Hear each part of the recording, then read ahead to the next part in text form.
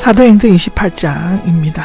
28장은 로마로 호송되는 도중 큰 풍랑을 만나 배까지 부서졌지만 모두가 구출되어 멜리데 섬에서 3개월을 보내게 됩니다.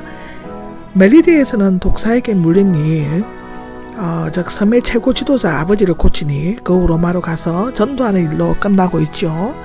1절에 보면은 멜리데가 나오는데 이 명칭은 베니게 사람들이 붙여주었고 비난처라는 뜻입니다.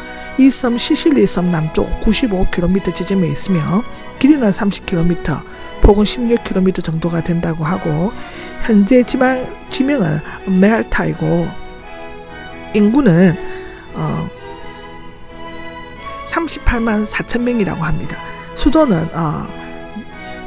벨레타라고 하고 있습니다. 여기 원주민이 나오는데 아프리카의 갈타고에서 이주해 온 베니키아 즉 베니게인이었으며 후에 로마에 점령되었습니다. 그때가 BC 218년입니다. 나폴레옹 치하에서 프랑스에 속했다가 영국에 점령이 되었죠. 그때가 AD 1800년입니다. 여기서 식민지가 되었습니다. 제2차 세계대전 중 세계에서 폭탄이 가장 많이 투하되었다고 하는데 1200개의 폭탄이 투하되었다고 합니다. 지금은 독립국가이고요. 원주민이 해당되는 헬라어는 야만인의 어원이 되었는데 실제로는 토인이나 미개인이라는 뜻이 아니라 헬라 민족이 아닌 다른 민족을 가리킨다고 로마서 1장 14절에는 말하고 있습니다.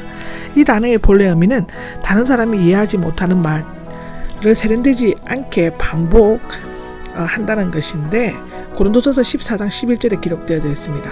바울은 그리스도인이 아닌 야만인과 수구디아인을 함께 언급하고 있습니다. 골로새서 3장 11절에는 그렇습니다.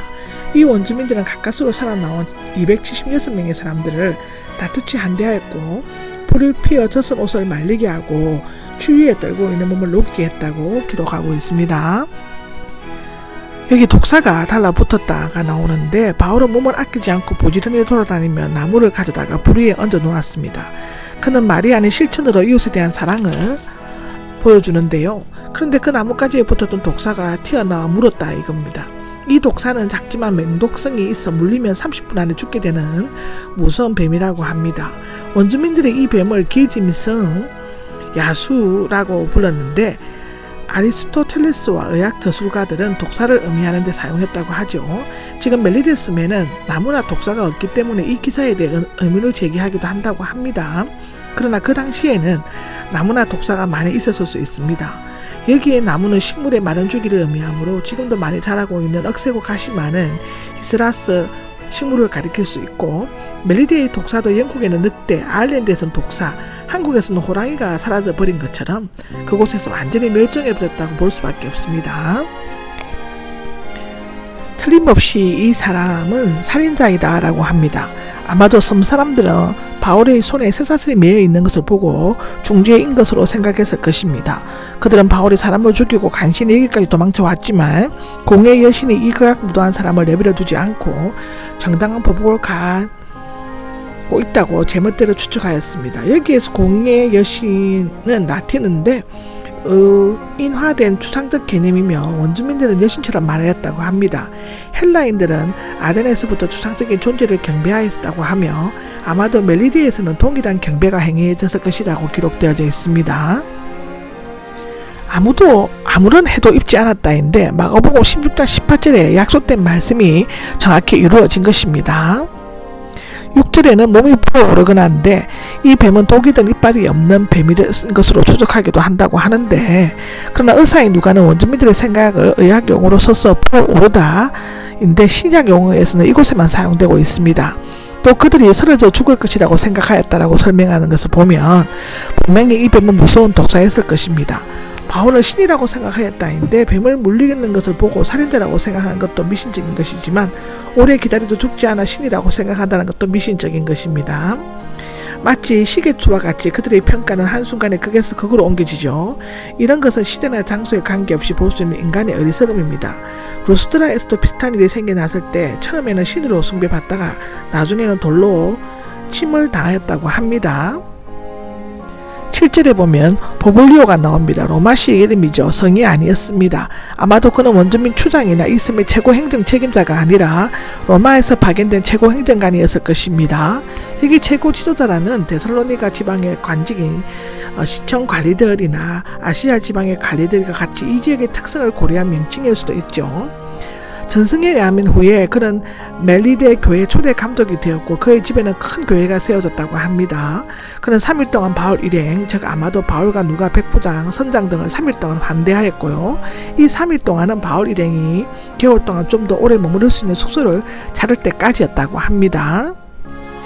8절은 여기 열병이 나옵니다. 당시 멜리데와 지중해 연안에 오랫동안 유행되었던 말라리아 열병을 나타내는 의학용어를 이루고요. 이 병에 걸리면 주기적으로 심한 염증이 찾아오고 심하면 죽기도 하는 무서운 병이었습니다. 이질은 아베마성 이질이며 곱동과 설사를 자주 하게 되고 탈진 현상이 계속되며 역시 생명을 위협하게 됐다고 합니다.